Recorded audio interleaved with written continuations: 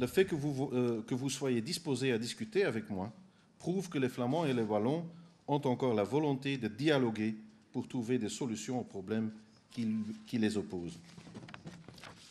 En effet, à en croire les médias, c'est principalement là que le bas blesse. Le manque de volonté de la part des néerlandophones et des francophones de discuter, de se comprendre, de se mettre dans la peau de l'autre pour tenter de concevoir sa vision. Et comme le révèle le titre de cette conférence, Vivre ensemble, je suis souvent désigné comme le valet noir. Je monte les gens les uns contre les autres, je divise la société, j'ai réparti les habitants de ce pays dans des petites cases et j'opère aussi une distinction entre les bons et les mauvais, entre les valeureux flamands et les wallons feignants. Le problème de la Belgique, c'est moi et par extension le mouvement flamand. Si mon parti ou moi personnellement venait à disparaître, ces problèmes s'évaporeraient avec lui. Mesdames et messieurs, pour être tout à fait franc, ne prenons pas nos désirs pour des réalités, car les suites de la maladie sont trop souvent considérées comme la maladie elle-même. Moi, j'aimerais affirmer clairement que le fait que les Flamands souhaitent une plus grande autonomie ne résulte pas d'une rancœur historique engendrée par le mal commis dans le passé. La raison n'est non plus une réaction face à la prétendue domination culturelle des francophones ou un repli du peuple flamand. Les Flamands qui aujourd'hui agissent encore comme s'ils étaient opprimés se leurrent complètement.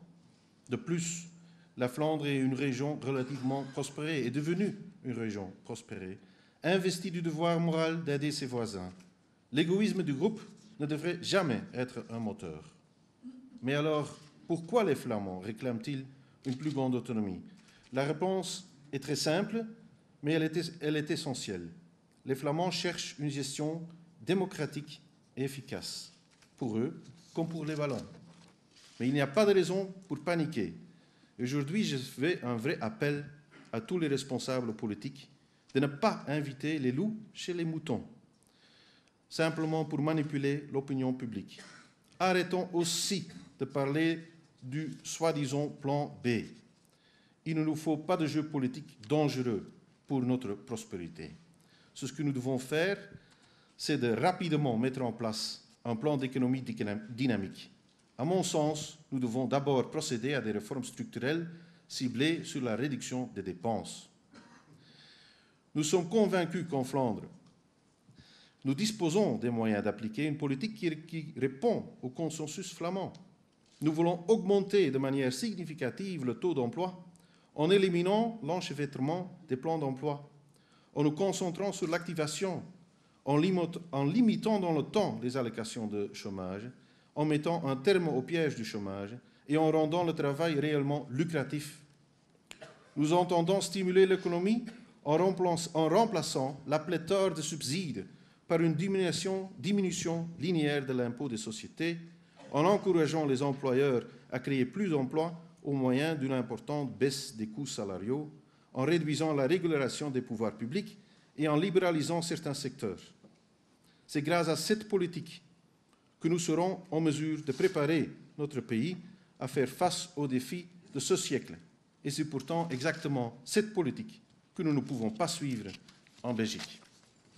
Vous devez nous comprendre qu'on n'est pas enthousiaste d'accepter la politique d'immigration de ce pays, d'accepter la politique socio-économique de ce pays, d'accepter le manque de réformes dans la justice de ce pays et d'assumer cette responsabilité devant l'électeur flamand à laquelle on a dit chaque fois qu'on doit changer ça, qu'on doit avoir des réformes, qu'on doit suivre l'Allemagne, l'exemple de l'Allemagne dans le socio-économique. Moi, je ne suis pas prêt à former un gouvernement pour expliquer en 2014 que la situation est encore pire, que le chômage n'est pas, qu'on n'a pas adressé nos problèmes, que la dette est encore plus importante, que l'impôt, on est déjà le champion du monde, sont encore plus élevés. Allez, ça, je ne suis pas prêt à accepter. Donc, ce qu'il me faut, c'est une réforme. Je ne veux pas avoir tout, c'est impossible. Mais au moins une réforme où je peux dire à la population flamande, on a les leviers qui sont nécessaires pour faire ce que la plupart des Flamands veulent faire, c'est d'avoir une politique autre que la politique menée dans ce pays au niveau fédéral, où on se sent bloqué par le choix qui est fait par la plupart des électeurs wallons. Ce n'est pas une reproche, chacun fait ses choix, mais c'est devenu très difficile à faire la juxtaposition des deux. La ville de Bruxelles, ça c'est une ville très particulière, avec une histoire très particulière, à mon avis, mais je sais que mon avis n'est pas partagé par tout le monde, pour dire la moindre des choses. J'espère que la Bruxelles peut rester la ville où les deux communautés peuvent se rencontrer, que la Bruxelles appartient à tout le monde. L'histoire de cette ville, c'est l'histoire d'une ville qui est en Flandre. Elle est encore en Flandre, hein? Encore. Hein? J'espère que ça reste comme ça, que c'est en Flandre. Hein? Mais que certains parlent d'un désenclavement de Bruxelles. Pour moi, c'est bizarre, parce qu'on vit quand même dans l'Europe. Et j'espère que vous ne me soupçonnez pas de vouloir quitter le traité de Schengen et de vous empêcher de rouler librement à Bruxelles et de vous déplacer comme vous voulez. Hein? Parce que, allez, je ne suis pas le Milosevic du Nord. Hein? Donc en Flandre, on le considère comme une évidence, jusqu'au présent, je dois dire, que la NVA mène la danse, comme on dit en flamand. On mène la danse. Il n'y a personne, jusqu'au présent, qui est prêt à entrer dans une formule sans la NVA. Donc, c'est la NVA qui fait le choix de ses partenaires. Vous savez bien qu'on est dans le gouvernement flamand avec les socialistes et les chrétiens-démocrates, et vous savez aussi que les libéraux flamands ne veulent plus être dans la majorité, parce qu'ils étaient dans le 16 et maintenant ils sont à 14%. Donc il n'en veut plus, il n'en veut plus. Et je peux bien comprendre, je le regrette, mais je peux bien comprendre. Donc la formule flamande s'est fixée. La même logique s'applique en Wallonie. C'est le PS qui a gagné d'une manière incroyable les élections. C'est le PS qui mène la danse. C'est le PS qui fait le choix des partis francophones. Ce n'est pas à moi de dire qui doit être à la table des négociations. On peut se retrouver à une table de déjeuner, hein,